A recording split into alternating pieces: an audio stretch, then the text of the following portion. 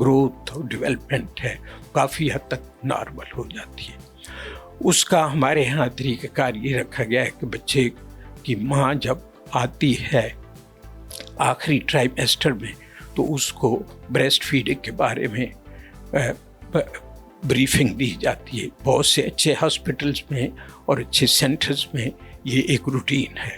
اس کو سارا اس کی کوچنگ کی جاتی ہے, بریفنگ کی جاتی ہے, تاکہ جب بچہ پیدا ہو تو اس کو فوراً اس کی بریسٹ فیڈنگ شروع کر دی جائے. یہ جو ہم ڈبے والا دودھ پلاتے ہیں نوزائیدہ بچوں کو, اس کے بارے میں آپ کی کیا رائے ہے؟ آپ کافی عرصے سے جو ہے وہ پریکٹس کر رہے ہیں, تو آپ نے کیا دیکھا کہ جو بچے ڈبے کا دودھ پیتے ہیں ان کی نشو و نما کیسی ہوتی ہے اور جو بچے بریسٹ فیڈ کرتے ہیں ان کی نشو و نما؟ نہیں, اس میں تو بہت فرق ہے, کیونکہ بریسٹ فیڈ جو ہے یہ اللہ تعالیٰ نے بنایا اور وہ بہترین خالق ہے, اس میں کوئی شک و شبہ کی بات نہیں ہے. تو ماں کا دودھ جو ہے وہ بچے کے لیے سب سے بہترین غذا ہے. اس کی فزیکل ڈیولپمنٹ پہ, اس کی سائیکولوجیکل ڈیولپمنٹ پہ, ساری چیزوں پہ بہت پازیٹیو اثر ہوتا ہے.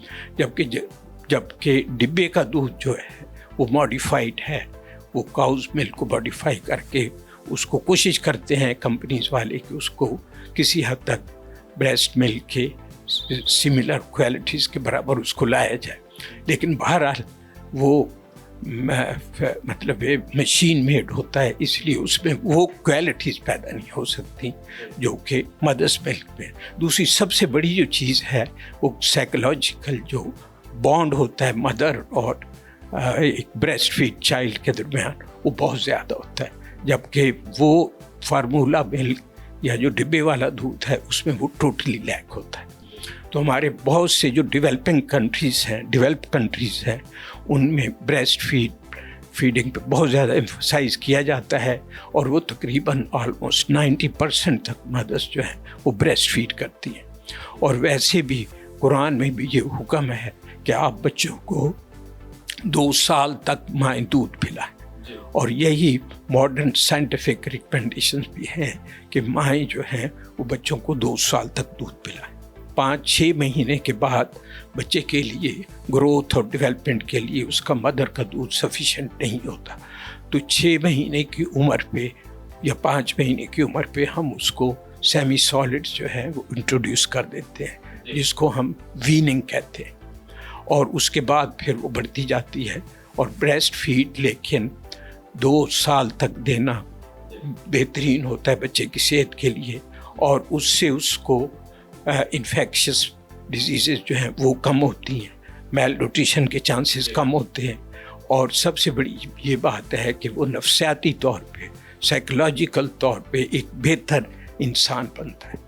اچھا سر, یہ بتا دیں کہ آج کل ہر چیز جو ہے وہ امپیور مل رہی ہے, اور اس کے ساتھ ساتھ جو ہے وہ بچوں میں بیماریاں بڑھ رہی ہیں.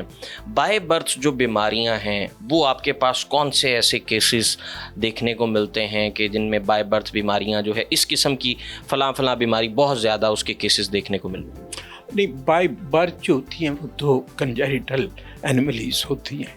اس میں زیادہ تر جو امپورٹنٹ ہے کہ وہ آپ کوئی ہارٹ ڈیزیزز ہیں جن کا انسیڈنس تقریباً 1000 نوزائیدہ بچوں میں 8 سے 10 بچے جو ہیں ان کو چانس ہوتا ہے ہارٹ ڈیزیز کا. ہاں جی, تو وہ اب جو مالٹن پری نیٹل الٹرا ساؤنڈ ہے اس کے ذریعے وہ برتھ سے بیفور بھی چیک کر لیے جاتے ہیں, ان کو ڈیٹیکٹ کر لیا جاتا ہے, اور اس کے بعد برتھ کے بعد ان کا ایکو کیا جاتا ہے جو کہ ultra sound of the heart ہوتا ہے بچے کا. تو اس سے اس کا پتہ چل جاتا ہے کہ اس کو ہارٹ پرابلم ہے یا نہیں ہے. پھر اس کی نوعیت کے مطابق اس کا علاج کیا جاتا ہے. موسٹلی آپریشن ہوتے ہیں اور وہ ڈفرینٹ سٹیجز بھی کیے جاتے ہیں. بچے کی پیدائش کے بعد جو ہے جیسا کہ ویکسینیشنز ہوتی ہیں اور بہت سی چیزیں گھروں میں آ کے وہ پولیو کے قطرے پلائے جاتے ہیں, آپ کیا سمجھتے ہیں being a child specialist, child consultant, والدین کو کیا احتیاط کرنی چاہیے؟ دیکھیں, سب سے نوزائیدہ بچوں کا سب سے امپورٹنٹ جو ہے کیئر وہ ہے کہ ان کو ماں کا دودھ پلاؤ. اس کے بعد ان کی ویکسینیشنز ہے حفاظتی ٹیکے. برتھ پہ ان کو ٹی بی کا اور دوسرا پولیو کے ڈراپس پلائے جاتے ہیں, اور ہیپاٹائٹس بی کا انجیکشن لگایا جاتا ہے. ہمارے یہاں بہت اچھا سسٹم ہے جس کو EPI پروگرام ہے. وہ گورنمنٹ کی طرف سے مختلف ہیلتھ سینٹرز ہیں جہاں پہ بچوں کو ویکسینیشن کا کی جاتی ہے, حفاظتی ٹیکے لگائے جاتے ہیں.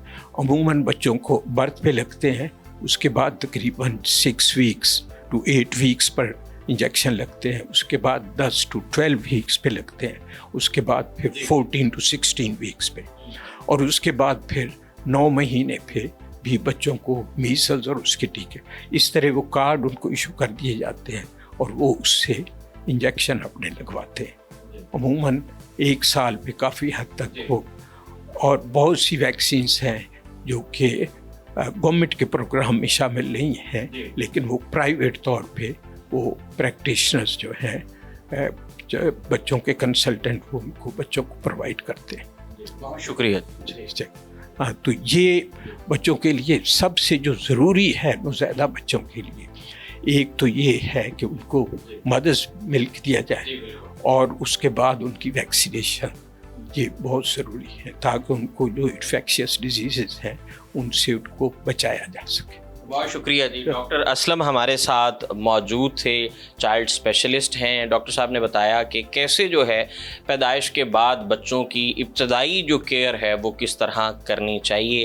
امید کرتے ہیں ہمارا یہ ہیلتھ کا جو سیگمنٹ ہے آپ تک جو ہے یہ باعث رہنمائی رہا ہوگا. یہیں پر اپنے میزبان ارسلان اعظم کو اجازت دیں. اللہ نگہبان.